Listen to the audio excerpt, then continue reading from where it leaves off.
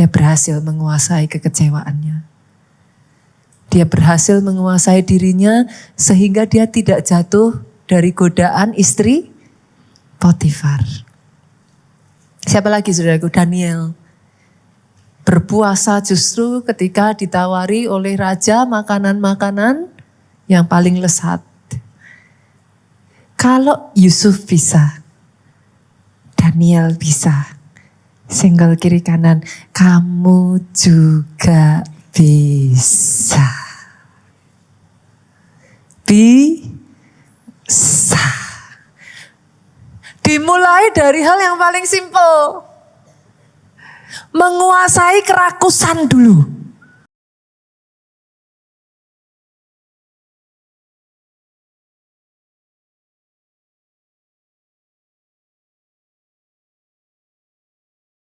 Hari ini saudaraku saya akan masuk pada bagian yang kedua dari seri firman. Ada yang masih ingat? Victory over the mirror. Kemenangan di balik cermin. Minggu lalu kita sudah bahas saudaraku. Berbicara tentang menang atas diri sendiri. Menang atas ego. Hari ini saya akan lanjutkan firman Tuhan dengan satu pesan firman yang berjudul Self-control is strength. Pengendalian diri adalah kekuatan. Kekuatan di dalam pengendalian diri Bapak Ibu. Karena basically saudaraku ada begitu banyak masalah sumbernya akarnya dari satu hal ini. Gak bisa mengendalikan diri. Kita lihat lebih dulu yuk, kita buka dari 2 Timotius pasalnya yang ketiga, ayatnya yang pertama sampai ayatnya yang keempat. Saya bacakan buat saudara, ketahuilah bahwa pada hari-hari terakhir akan datang masa yang sukar. Manusia akan mencintai dirinya sendiri dan menjadi hamba uang. Mereka akan membual dan menyombongkan diri, mereka akan menjadi pemfitnah. Mereka akan memberontak terhadap orang tua dan tidak tahu berterima kasih. Tidak mempedulikan agama, tidak tahu mengasihi, tidak mau berdamai. Suka menjelekkan orang, tidak dapat mengekang diri, garang, tidak suka yang baik, suka mengkhianat dan tidak berpikir panjang, berlagak tahu, tetapi menuruti hawa nafsu daripada menuruti Allah. Timotius ini saudaraku adalah surat yang ditulis oleh Rasul Paulus kepada anak didiknya. Siapa? Timotius. Siapa Timotius saudaraku? Timotius ini adalah seorang anak muda, tetapi jangan salah. Timotius itu salah satu dari pastor of the biggest church. Gereja terbesar yang ada di zaman itu. Jadi sekalipun dia masih sangat muda, tetapi Tuhan bawa dia, Tuhan pakai dia secara luar biasa. Dan ini adalah nasihat Rasul Paulus sebagai bapak rohani kepada anak rohaninya, saudaraku. Di dalam nasihatnya itu Rasul Paulus kalau saudara lihat di ayat yang pertama, seolah-olah bisa melihat akan datang masa-masa sukar di hari akhir, saudara. Dia sebutkan semuanya di sana, dari manusia mencintai diri sendiri menjadi hamba uang, dan yes, hari-hari ini again and again kita melihat itu. Bahkan di sana dikatakan manusia akan membual, menyombongkan diri, memfitnah, seterusnya bahkan tidak mempedulikan agama. Tetapi dari semua yang kita baca ini saudaraku, saya ingin menggarisbawahi satu kesukaran yang akan terjadi ataupun satu tantangan yang akan terjadi, yaitu tidak dapat mengekang diri. Hari ini saya akan ambil highlight di sini saudara. Tidak dapat mengekang diri sama dengan tidak punya pengendalian diri ya. Segala sesuatu apapun itu Bu, kalau enggak ada pengendalian dirinya, kalau enggak ada kendali, kalau lepas kendali pasti berbahaya. Jangankan kita berbicara tentang manusia saudara, mobil aja. Kalau saudara mengendara di Jakarta ini kebayang enggak sih di tengah hiruk pikuknya Jakarta kayak gini Bu. Mobilnya lepas kendali apa yang terjadi? Lemnya blong. Apa yang terjadi? Udah pasti tabrak sana, tabrak sini. Ujungnya kecelakaan. Kalau enggak hati-hati, nyawa jadi taruhan. Segala sesuatu yang lepas kendali, tidak bisa dikendalikan, pasti punya potensi danger. Nyatanya saudara, kalau saudara lihat masalah keuangan. Saya tuh jarang loh, ya again and again selalu ada ya saudaraku. Orang-orang yang akan ngomong sama saya, Pastor gaji saya hanya sekian. Tapi saya menemukan masalah keuangan pertama muncul itu bukan soal berapa banyak pendapatan saudara. Tapi pelajaran yang pertama adalah berapa banyak pengeluaranmu. Masalah keuangan sering muncul karena nggak bisa mengendalikan keinginan. Mau seberapapun gajinya dari 1 juta lah, 10 juta lah, 100 juta lah, 1 miliar pun. Kalau tidak bisa mengendalikan pengeluaran boncos juga, saudaraku, habis juga. Satu kali saudaraku diadakan satu penelitian terhadap para pemenang lotre, saudara. Ada seorang memenangkan lotre di tahun 2002, saudaraku, bernama Michael Carroll. Michael Carroll ini memulai hidupnya sebagai pengumpul sampah. Kalau di sana disebutnya binman, saudara. Dia mengumpulkan sampah sampai satu kali, saudaraku, di November 2002 dia memenangkan lotre sebesar 213 miliar. Saya tanya saudara, kira-kira kalau saudara dapat 213 miliar. Kira-kira loh saudaraku bisa bertahan lama enggak saudara? Sebagian dari saudara kalau kita breakdown ya 213 miliar dalam 1 tahun lah. Kalau saudara terus 10 juta aja sebulan. 1 tahun berapa? 120 juta. 213 miliar habis berapa tahun saudara? Tapi rupa-rupanya saudaraku, tahun 2006 dia dilaporkan bangkrut lalu kemudian kembali hidup sebagai binman. Dibutuhkan waktu berapa tahun? 2002 sampai 2006? Hanya 4 tahun. Mau berapapun saudaraku. Masalahnya seringkali bukan how much you earn, seberapa yang kau dapat, how much you spend. Masalah relationship, masalah di dalam hubungan. Seringkali juga karena nggak bisa mengendalikan lidah, perkataan. Banyak orang pastor, tapi kan saya sudah minta maaf. Puji Tuhan masih ingat minta maaf Pak. Tapi seringkali hati-hati Bapak Ibu, perkataan yang sudah keluar, sekalinya sudah keluar, tidak begitu mudah saudaraku untuk dilupakan gitu. Jangan pernah lupa saudara diciptakan serupa dan segambar dengan Allah. Perkataan yang sama bisa kau pakai untuk membangun, tapi perkataan kalau enggak hati-hati bisa dipakai justru menghancurkan. Hubungan hancur gara-gara perkataan. Kesehatan hancur. Hari-hari ini Bapak Ibu yang saya lihat orang itu sakit bukan karena kurang makan. Tapi banyak orang sakit karena apa? Kebanyakan makan. Pernah nggak saudara, kalau saudara lihat kalau sehari-hari ya, udah makan pagi, makan siang, apalagi makan siang sama makan pagi tengah-tengah ada brunch katanya. Nanti makan malam, habis makan malam ada namanya apalagi? Supper. Nanti masih belum makan subuh saudaraku. Nggak habis-habis. Bukannya karena kurang makan. Justru karena kebanyakan makan. Itu sebabnya saudaraku Amsal 16 ayatnya yang ke-32 mengatakan, orang sabar melebihi seorang pahlawan, orang yang menguasai diri melebihi orang yang merebut kota. Kebayang gak Bapak Ibu? Masalah pertama yang muncul terhadap manusia pertama Dosa pertama yang muncul diakibatkan karena apa? Tidak bisa mengendalikan diri. Hawa. Dari semua banyaknya buah-buahan yang ada. Kok ya satu yang gak boleh yang diambil. Balik-balik lagi urusan tidak bisa mengendalikan diri. Kain. Karena tidak bisa mengendalikan iri hati sampai membunuh Habil. Adiknya sendiri. Gehasi Pak. Kebayang gak? Kalau dari Elia yang udah hebat kayak gitu Pak, menurunkan api dari langit, muncul Elisa. 2 kali lipat lebih dahsyat. Itu turun ke Gehasi harusnya berapa? Betapa dahsyatnya Tuhan bisa pakai.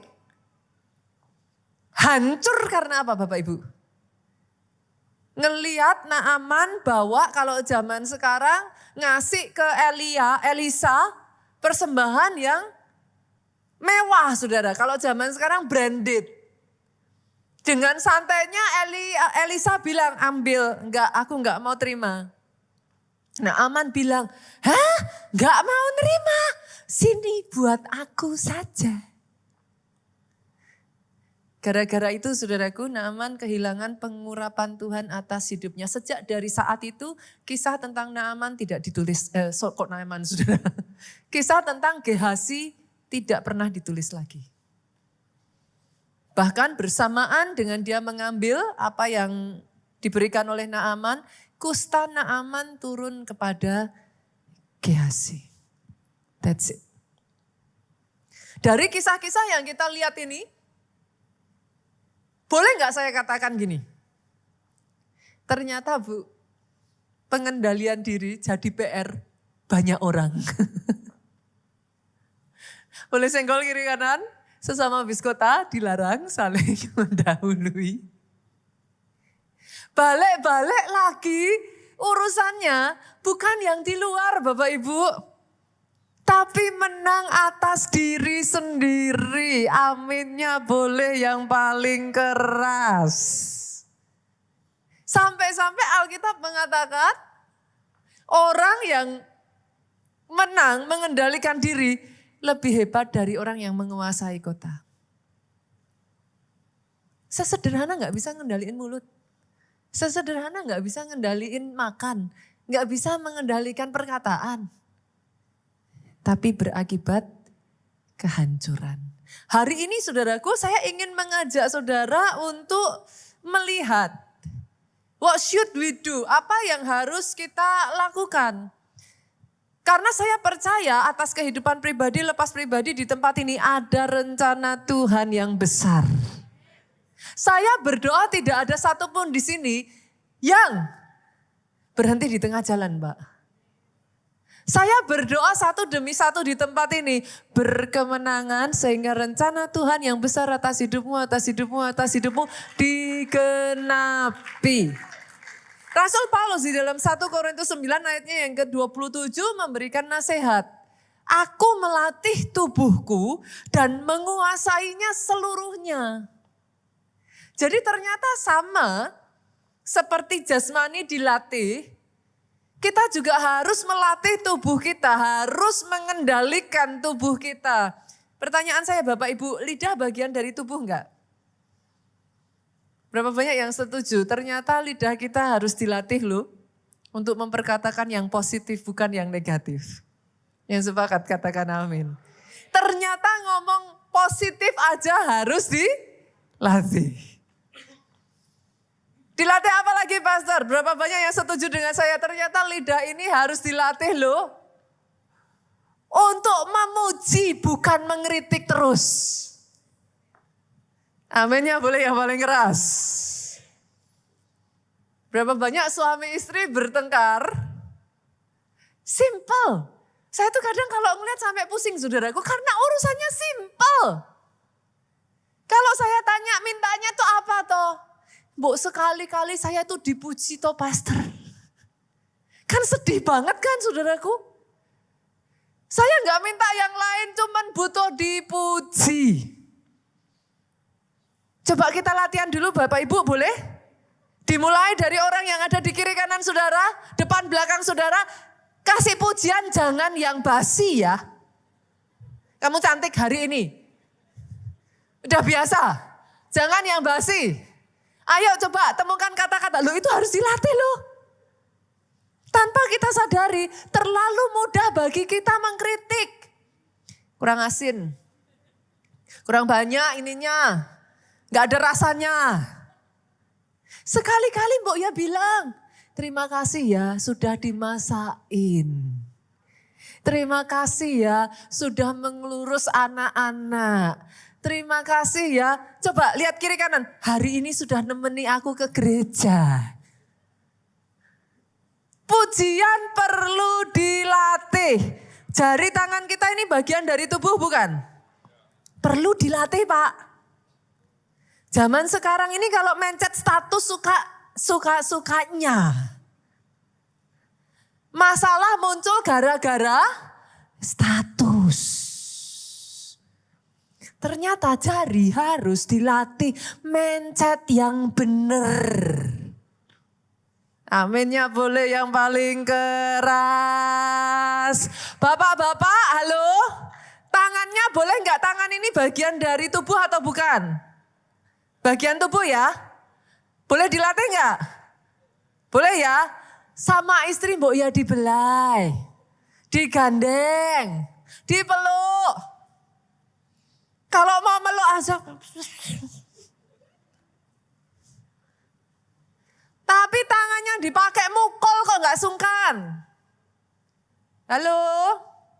Ternyata tangan perlu dilatih. Mata ini bagian tubuh bukan?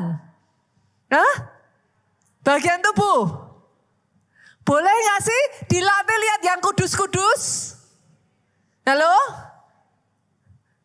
Aduh susah pastor.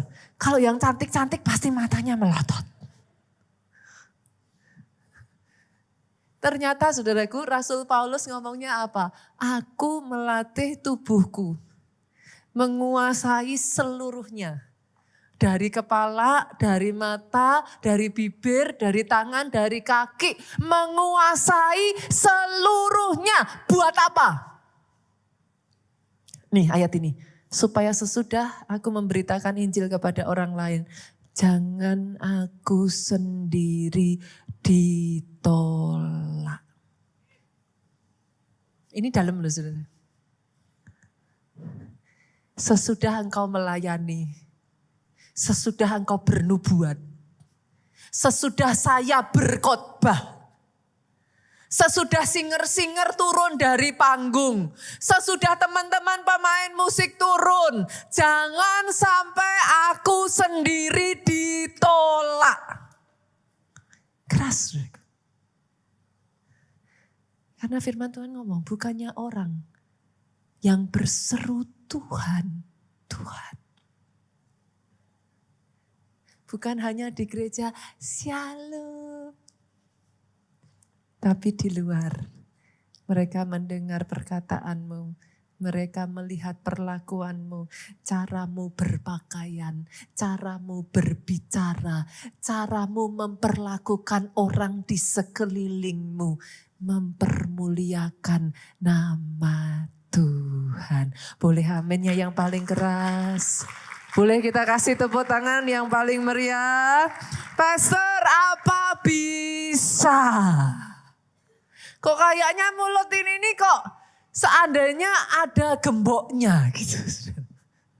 Apa bisa? Seringnya sudah ngomong dulu baru sadar. Dalam Alkitab bagian yang saudaraku kita melihat Yusuf. Seorang yang sudah disakiti sedemikian rupa. Tapi berhasil menguasai dirinya dan karenanya melalui hidup Yusuf. Tuhan pakai Yusuf memelihara satu bangsa yang besar. Dia berhasil menguasai kekecewaannya. Dia berhasil menguasai dirinya sehingga dia tidak jatuh dari godaan istri Potifar. Siapa lagi saudaraku? Daniel. Berpuasa justru ketika ditawari oleh raja makanan-makanan yang paling lesat. Kalau Yusuf bisa, Daniel bisa. Senggol kiri kanan, kamu juga bisa. bisa. Dimulai dari hal yang paling simpel. Menguasai kerakusan dulu. Loh, kok kerakusan, Pastor? Apa hubungannya? Yes. Kerakusan tidak selalu berbicara soal makanan, namanya yang paling keras. Apa itu kerakusan? Yuk kita lihat dulu. Kerakusan ternyata selalu ingin lebih. Kerakusan never enough, gak pernah cukup. Selalu merasa kurang. Dan ini PR manusia sejak dari manusia pertama dilahirkan. Saya tuh bayangin ya saudara, kalau saudara ada di Taman Eden ya. Itu jumlah tanaman yang ada di dunia saat ini ada di satu taman, ada di satu tempat saudara. Bisakah saudara menghitung berbagai macam buah yang ada di dunia ini? Hah? Pernah nggak coba hitung saudara, buah apa aja? Saya tuh beberapa waktu lalu pergi ke daerah mana lagi menemukan nama buah yang saya nggak kenal. Saya pergi lagi ke daerah lain nemu lagi nama buah lagi yang saya nggak kenal. Pernah nggak ngeh saudara, betapa kayanya Tuhan kita.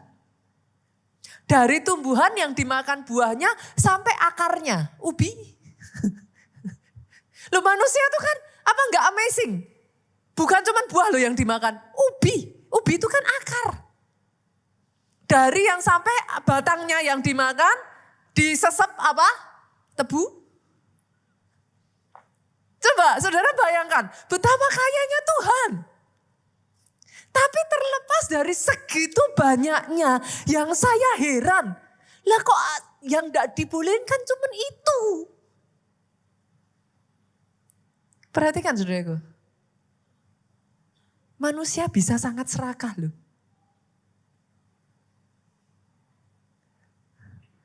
Hari ini saya berdoa, kalahkan keserakahan.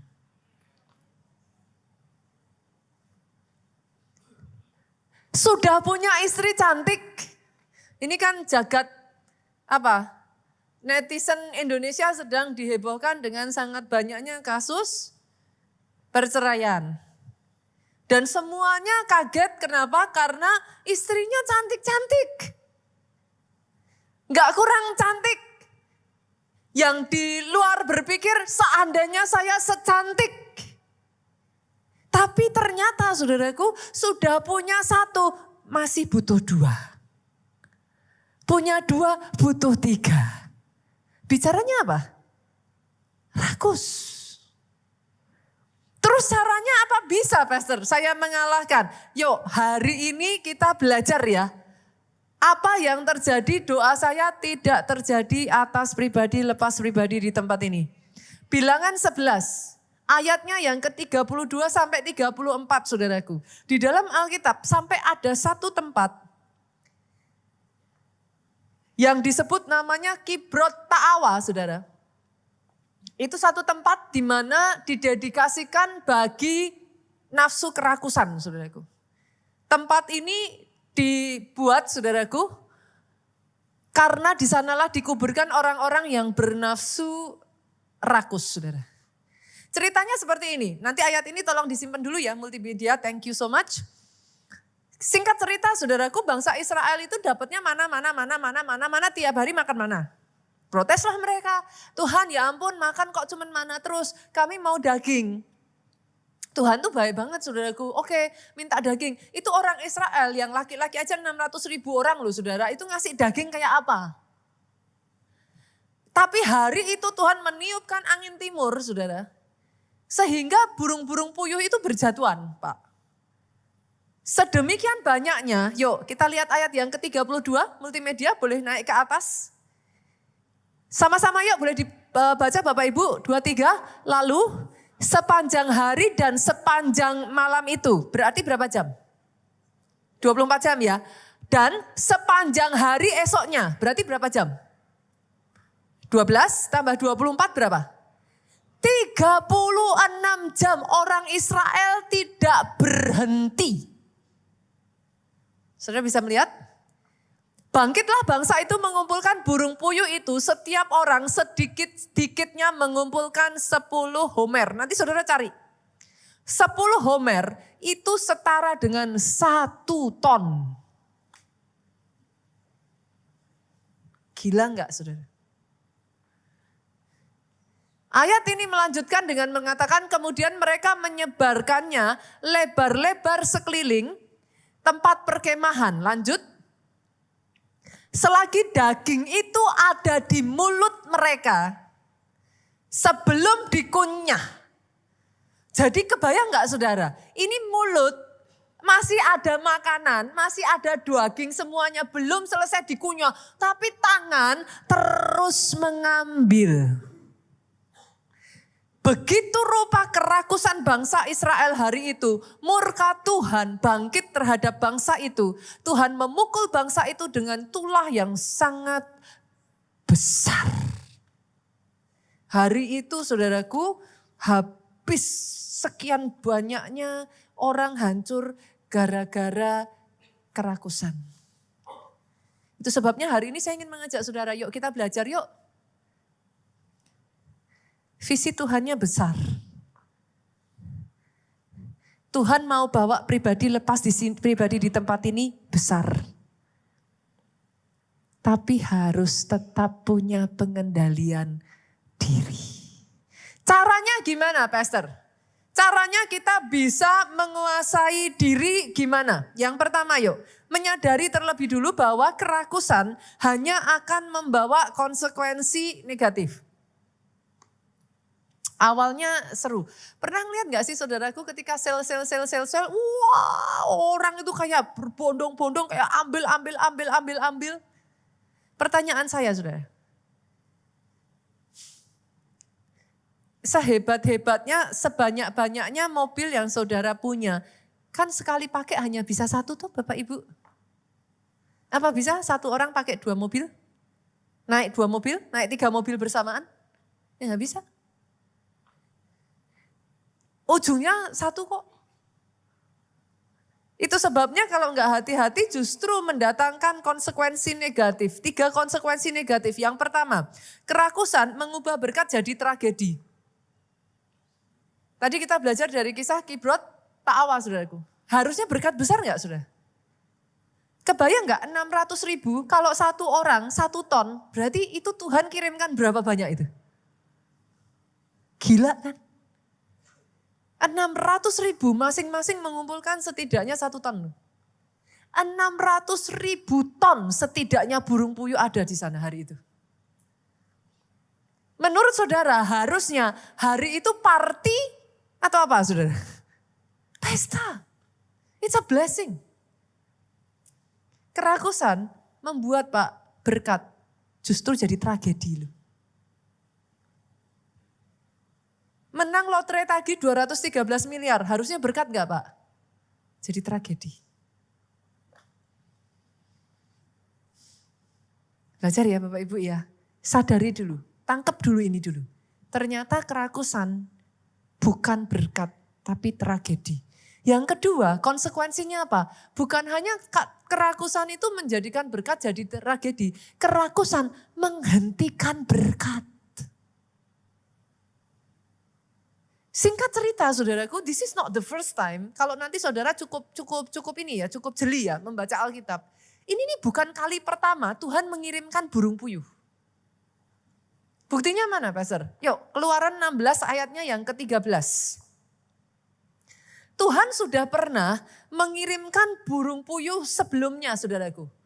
Pada saat itu bersamaan, nanti minta tolong multimedia, kalau saya minta dari pasal 16 ini turun ke ayat di bawahnya ya, sebentar.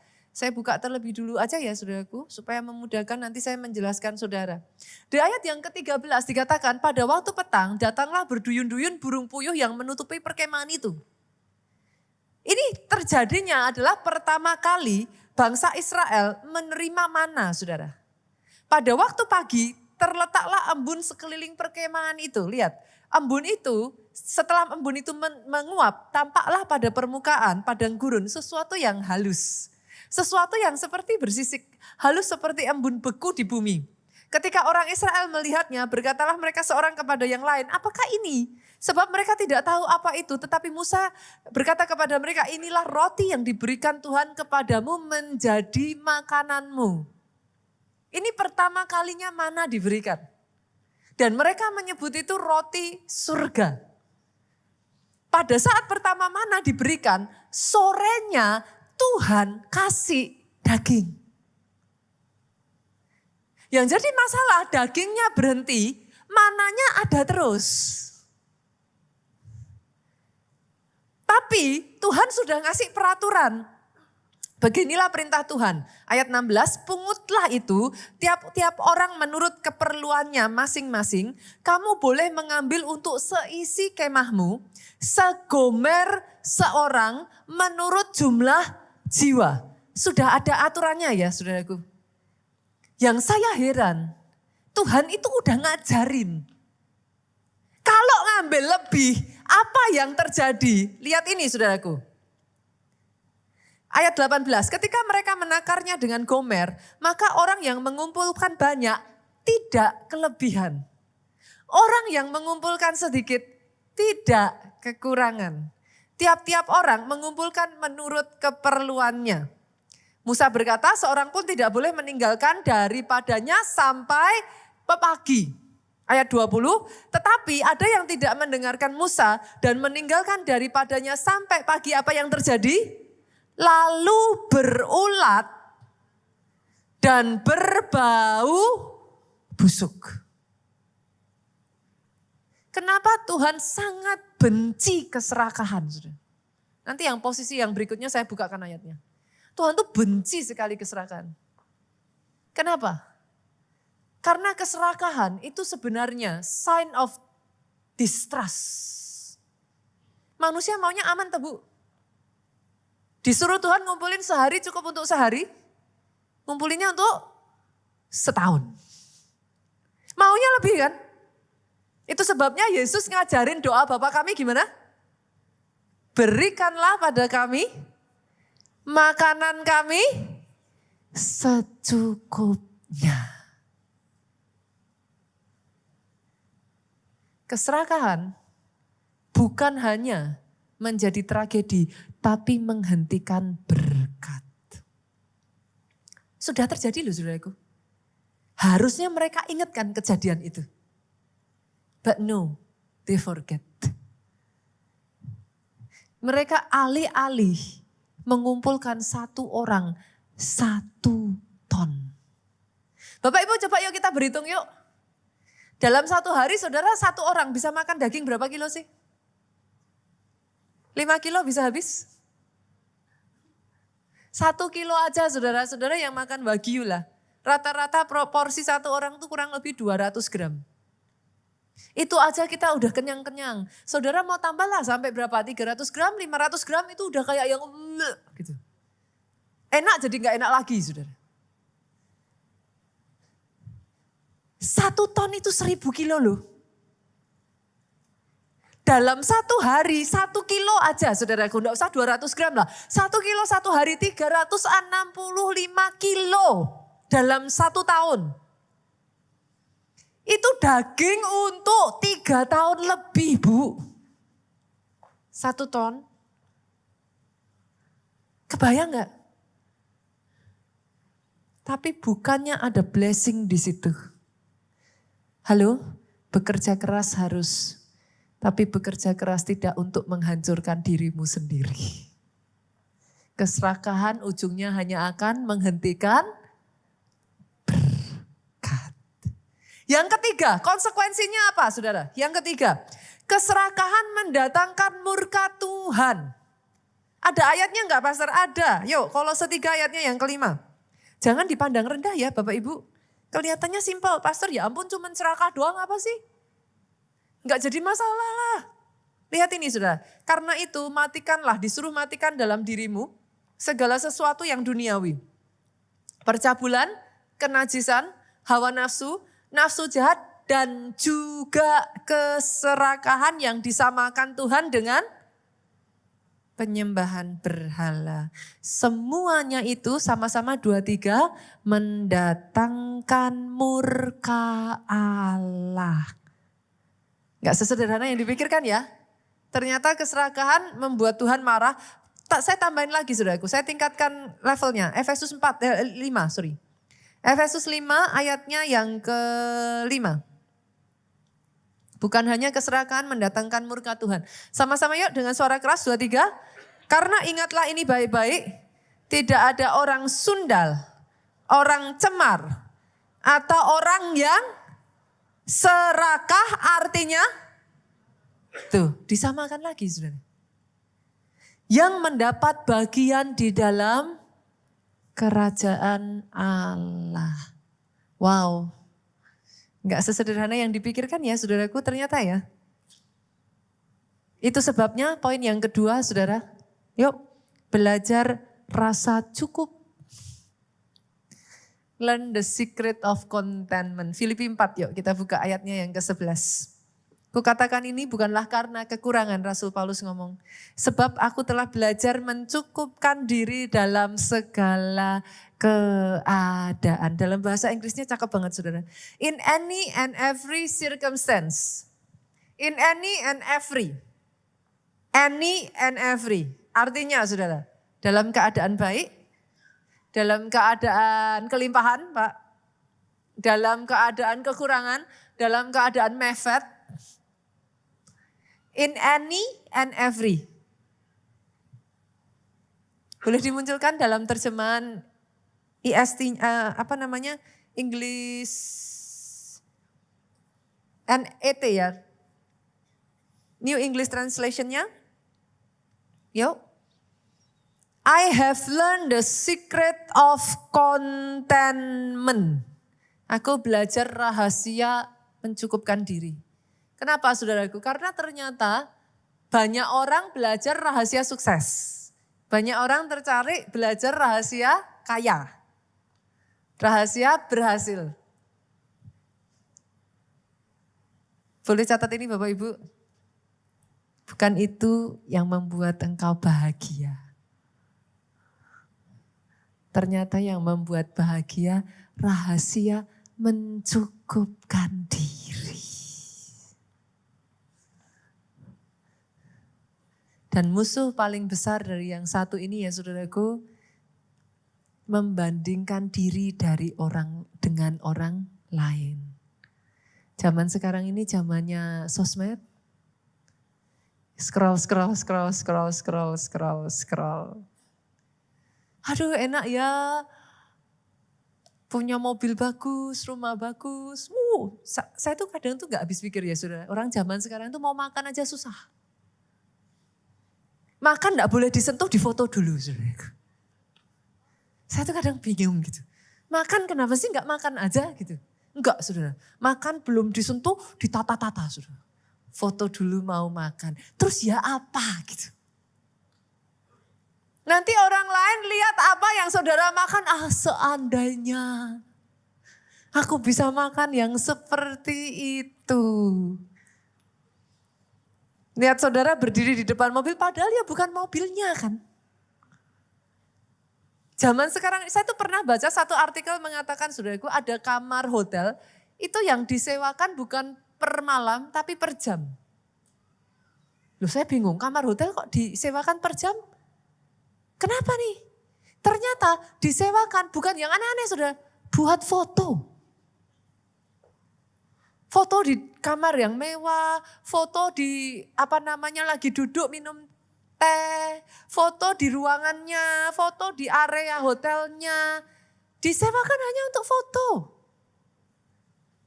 Padahal cuma 2 jam, habis itu bye-bye saudaraku. Tapi saudara berpikir enak ya hidupnya ya, bisa tinggal di hotel semewah itu.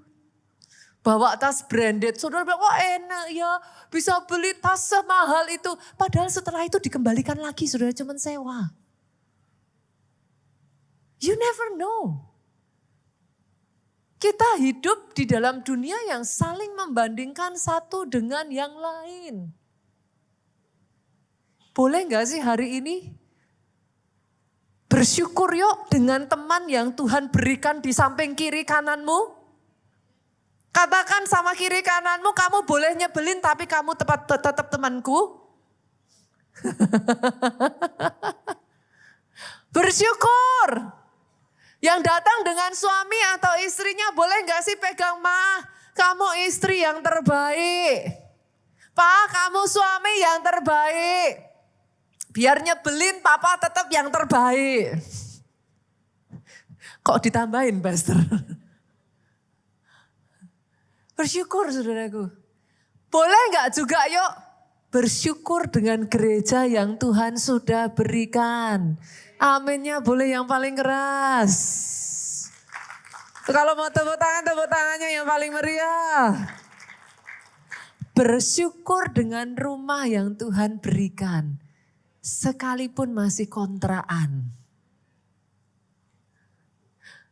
Bersyukur dengan kendaraan yang Tuhan berikan. Berjalan pun puji Tuhan. Senggol kiri kanan, katakan sehat, Pak. Coba yuk saudaraku, pelan-pelan kita belajar, boleh Bapak Ibu? Lihat sekeliling dan hitung satu persatu yuk. Hitung berkat satu persatu. Satu demi satu. Bersyukur masih dikasih kesempatan boleh melayani. Bersyukur masih bisa ibadah loh. Halo? Amin. Hari ini kita penuhi yuk hidup kita banyak-banyak dengan ucapan syukur. The secret of contentment. Jangan dibanding-bandingkan dengan orang lain. Kok itu sudah lebih maju, kok itu lebih kaya, kok itu lebih berhasil, kok itu lebih sukses, kok itu lebih bagus, kok itu lebih. Masing-masing dalam hidupmu ada berkat yang sudah Tuhan sediakan. Kalau bagianmu mau diambil orang juga tidak bisa. Tapi kalau belum bagianmu, mau kau rebut pun juga enggak bisa.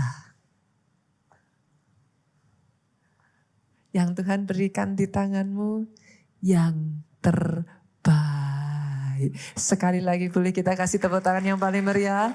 Yang ketiga saudaraku, yang ketiga. Rahasia untuk melatih diri kita. Lakukan latihan rohani. Ternyata sama seperti otot bisa dilatih. Roh bisa dilatih untuk mengalahkan daging. Loh benar. Roh bisa dilatih saudaraku untuk mengalahkan daging. Saya bagikan 3 latihan roh boleh? Belum tentu saudara senang loh. Enggak apa-apa nih? Hah? Beneran? Masih sayang saya nanti? Yang pertama, puasa. Loh latihan, itu latihan roh. Kalau saudara mau roh saudara bisa ngalahin daging. Latihan nomor 1, yang paling mudah. Kalau saudara bisa nguasai mulut, bisa nguasai makan, tubuh itu bisa dikuasai. Saudara. Puasa. Puasa. Senggol kiri kanan, kapan terakhir puasa? Ayo puasa, benar saudaraku. Bahkan puasa secara kedokteran medis itu sangat sehat untuk tubuh. Rahasia pertama, saudara mau mengendalikan diri dari yang masuk di mulut ini. Bagi saudara yang belum pernah puasa, Pastor ya ampun puasa itu berat sekali. Betul saudara. Saudara mau tahu bagaimana daging itu real? Perhatikan puasa hari pertama sampai hari ketiga saudara. Itu nanti saudara melihat tanda-tanda telah nyata. Daging saudara akan berusaha ngomong sama saudara, lemes, perut sakit, kepala pusing, bentar lagi pingsan, bentar lagi pingsan. Harus makan, cepet makan, kamu harus. Itu cara daging untuk bermanifestasi. Dia acting out. Pernah lihat anak kecil acting out? Nah kayak gitu puasa hari pertama saudara.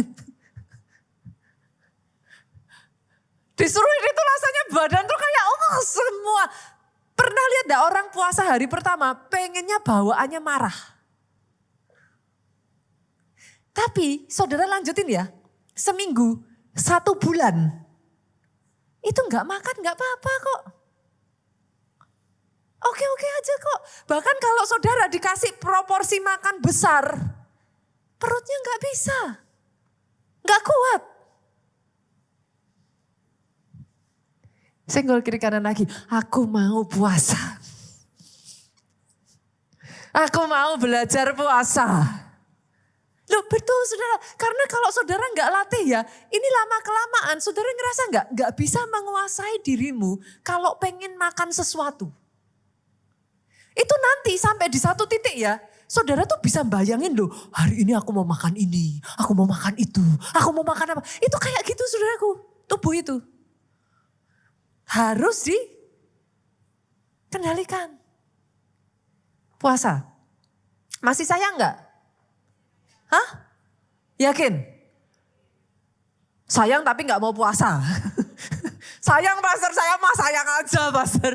Puasa pikir belakangan. Yang pertama puasa ya. Yang kedua, tahukah saudara gimana cara mengalahkan keserakan? Ini saudara tidak akan cinta saya lagi nih kalau saya sebutkan. Belajar berbagi. Loh benar. Learn to share. Musuh terbesar keserakan apa? Apa? Giving. Sharing. Itu musuh terbesar. Manusia sukanya itu melihat ke atas gini terus. Boleh kita uji coba ya Bapak Ibu. Coba boleh gak gini sebentar aja.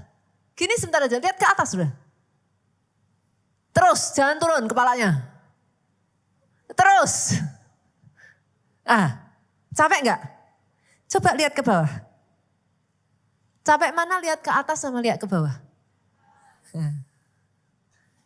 Cara terbaik saudara belajar mengalahkan keserakan. Belajar melihat yang di bawah. Berbagi. Di gereja kita di Jakarta ini saudaraku, saya menjadikan rutinitas ataupun keharusan bagi gereja ini setidaknya 1 bulan sekali atau 2 bulan sekali kita harus berbagi. KA peduli, saudara cek aja deh.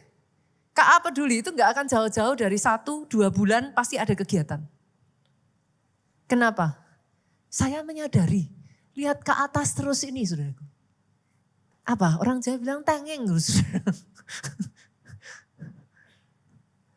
Tapi kadang kala dibutuhkan untuk kau bisa lihat begini. Baru bisa bersyukur. Saudara datang ke gereja ini masih ada kok yang bisa dicacat. Kursinya kurang inilah, karpetnya kurang apalah, ininya apalah, itunya apalah. Sampai saya datang ke satu gereja namanya gereja pinggir rel kereta. Saudara. Pastor maksudnya gimana? Gereja pinggir rel kereta. Ini relnya, gerejanya di sana. Enggak saudara. Ini relnya, gerejanya di sini. Kebayang enggak? Itu kalau ketahuan satpol saudara. Jadi gerejanya itu cuma terbuat dari papan. Apa sih papan, kayak papan ya kardus gitu saudaraku. Disusun, dibentuk kayak semacam ruangan gitu saudara. Itu kalau ketahuan satpol diangkat papannya lari saudara. Beneran. Itu ketika saya melayani teman-teman yang ada di sana ya saudara jujur. Rasanya pengen nangis saudara. Ibu-ibu yang sudah maaf saudaraku sudah lansia. Mereka bisa nyanyi sama-sama. Siapa bilang lansia tidak berguna. Saya tuh dengerin lagunya aja saya nangis. Kerjaan mereka tuh maaf kata saudaraku hanya pemungut pemulung sampah.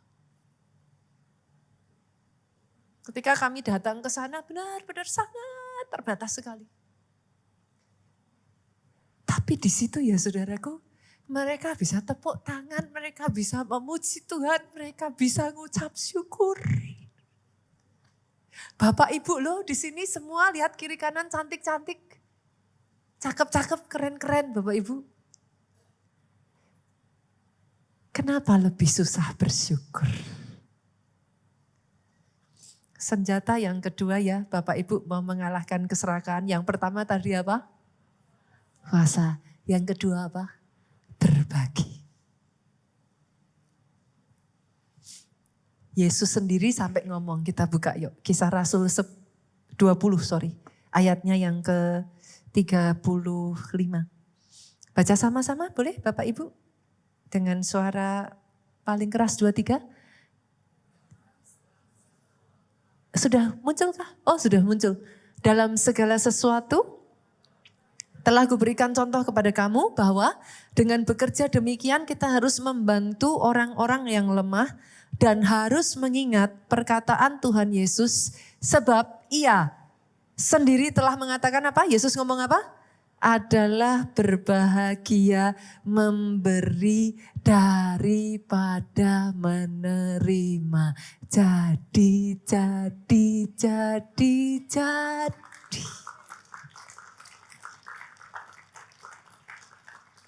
Bukan jumlahnya. Dalam satu bulan ya saudaraku, boleh kembangkan kebiasaan ini, saya mendisiplin diri saya. Dalam 1 bulan dari apa yang saudara terima, sisihkan ada proporsi yang kau bisa berbagi. It's okay, seberapapun itu. Dengan berkat yang Tuhan berikan dalam kehidupan saudara, kalau saudara mau menggerus keserakahan, that's the best way. Senggol kiri kanan masih sayang pendetanya enggak? Masih sayang? Yakin? Masih sayang? Yang pertama tadi apa? Puasa. Yang kedua apa?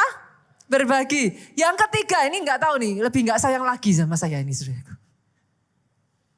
Kalau saudara mau mengalahkan keserakahan ya saudaraku, rahasia ketiga, persepuluhan. Tak tembak langsung saudara. Ini akal-akalannya pastor, biarin. Saudara tahu enggak apa dari persepuluhan yang gagal dilihat banyak orang saudara? Persepuluhan nomor 1, mengingatkan saudara bahwa 100% itu ada yang punya. Ketika saudara mengembalikan 10% kepada Tuhan, saudara mengakui bahwa Dia yang memberikan semua berkat atas hidupmu. Makanya paling susah saudaraku. Paling gak gampang. Tapi yang paling ngeri dari persepuluhan bukan 10%-nya. Salah loh saudaraku. Orang takut 10%-nya, orang lupa. Persepuluhan mengingatkan 90% sisanya saya hanya pengelola.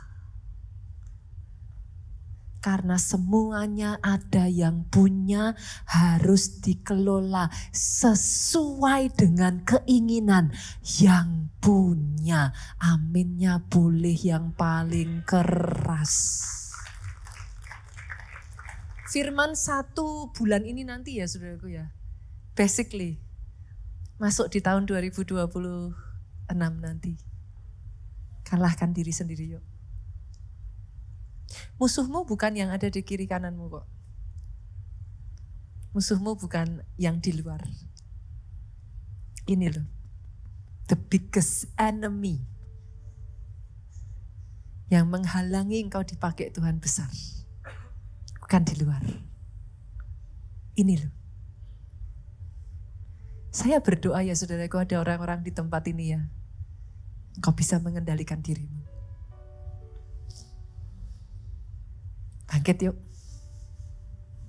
Karena ketika kau bisa mengendalikan dirimu, Tuhan bisa bawa engkau dipakai besar. Rencana Tuhan tidak berhenti, terhalang hanya gara-gara ego. Minggu lalu saya katakan ini, egoku yang kaku dan tidak laku harus dipaku. Boleh diulang Bapak Ibu? Egoku yang kaku dan tidak laku harus dipaku. Kalahkan dirimu sendiri dan dari situ again and again. From glory to another glory